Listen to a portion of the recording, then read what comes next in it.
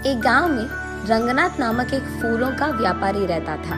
वो हर रोज अपने फूलों के बागीचे में जाकर अलग प्रकार के फूलों को इकट्ठा करके उनको टोकरी में डालकर टोकरियों को साइकिल पे सारे गांव में सैर करते हुए उन्हें बेचने की कोशिश करता था।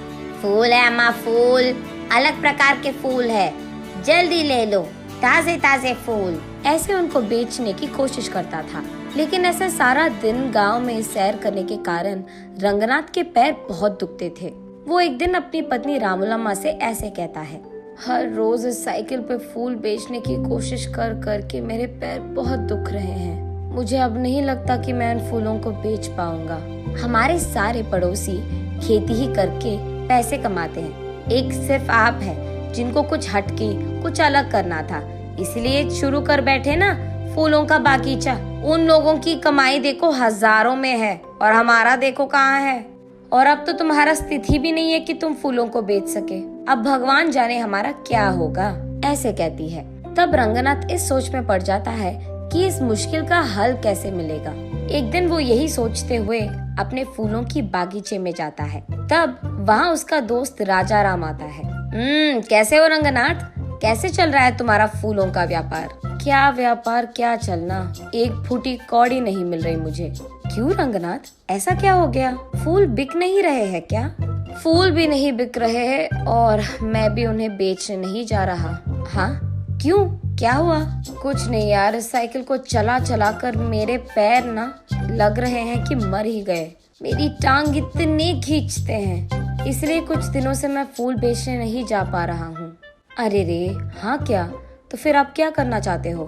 कुछ नहीं, इस सारा खेत मैं किसी और को खेती करने के लिए देना चाहता हूँ। अगर कोई पता है तो बोल देना यार, ऐसे कहता है। लेकिन इस गांव में सभी के पास अपने अपने खेत है ना, तो खेती करने तुम्हारा किराए पे कौन लेगा? हाँ बात तो सही है, अब वो भगवान ही कोई रास्ता दिखाएगा मुझे, ऐसे निराश होकर कहता है रंगनाथ। तभी राजा राम को कुछ योजना सूझती है और वो ऐसे कहता है, हाँ भगवान से याद आया मुझे, मेरे खेत में कुछ दिन पहले एक देवता की मूर्ति मिली थी। उसको मैंने अपने खेत में सड़क के बगल वाले पेड़ के नीचे लगाया है। ओह, तो फिर अब हम क्या करें? क्या कह रहे हो तुम कि उस देवता की पूजा करूं ताकि मेरे मुश्किल सारे दूर हो जाए? नहीं यार रंगनाथ, मैं वो नहीं कह रहा।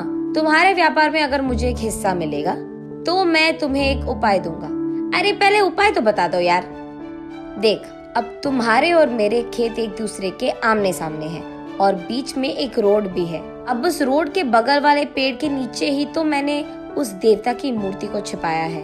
अब कल सुबह मैं सबको ये बताऊंगा कि जब मैं खेती कर रहा था मुझे इस देवता की मूर्ति मिली है और उसे मैंने पेड़ के नीचे लगा दिया है। हाँ तो इसमें मेरा क्या लाभ होगा राजा राम?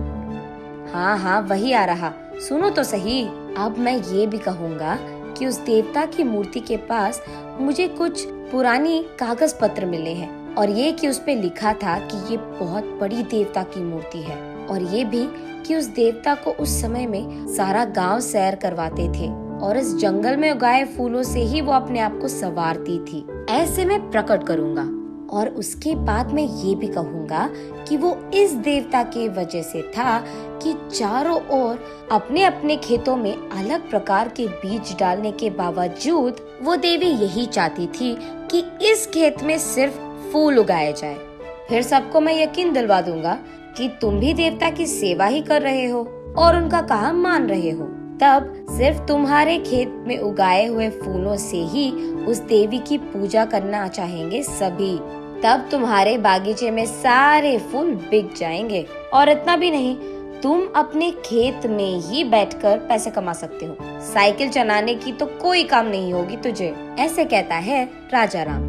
ये तो बहुत अच्छी उपाय है, तुझे भी पैसे मिलेंगे और मुझे भी, इसके वजह से तो हम दोनों को लाभ मिलेगा, ऐसे कहता है रंगनाथ। उनके फैसले के अनुसार ही अगले दिन राजा राम और रंगनाथ दोनों सारे गांव में यही प्रकट करते हैं। तब से गांव वाले सारे राजा राम के खेत में मौजूद देवता की पूजा रंगनाथ के फूलों से ही करते थे। उसके बाद कुछ ही दिनों में बहुत सारा लाभ मिलता है इन दोनों को।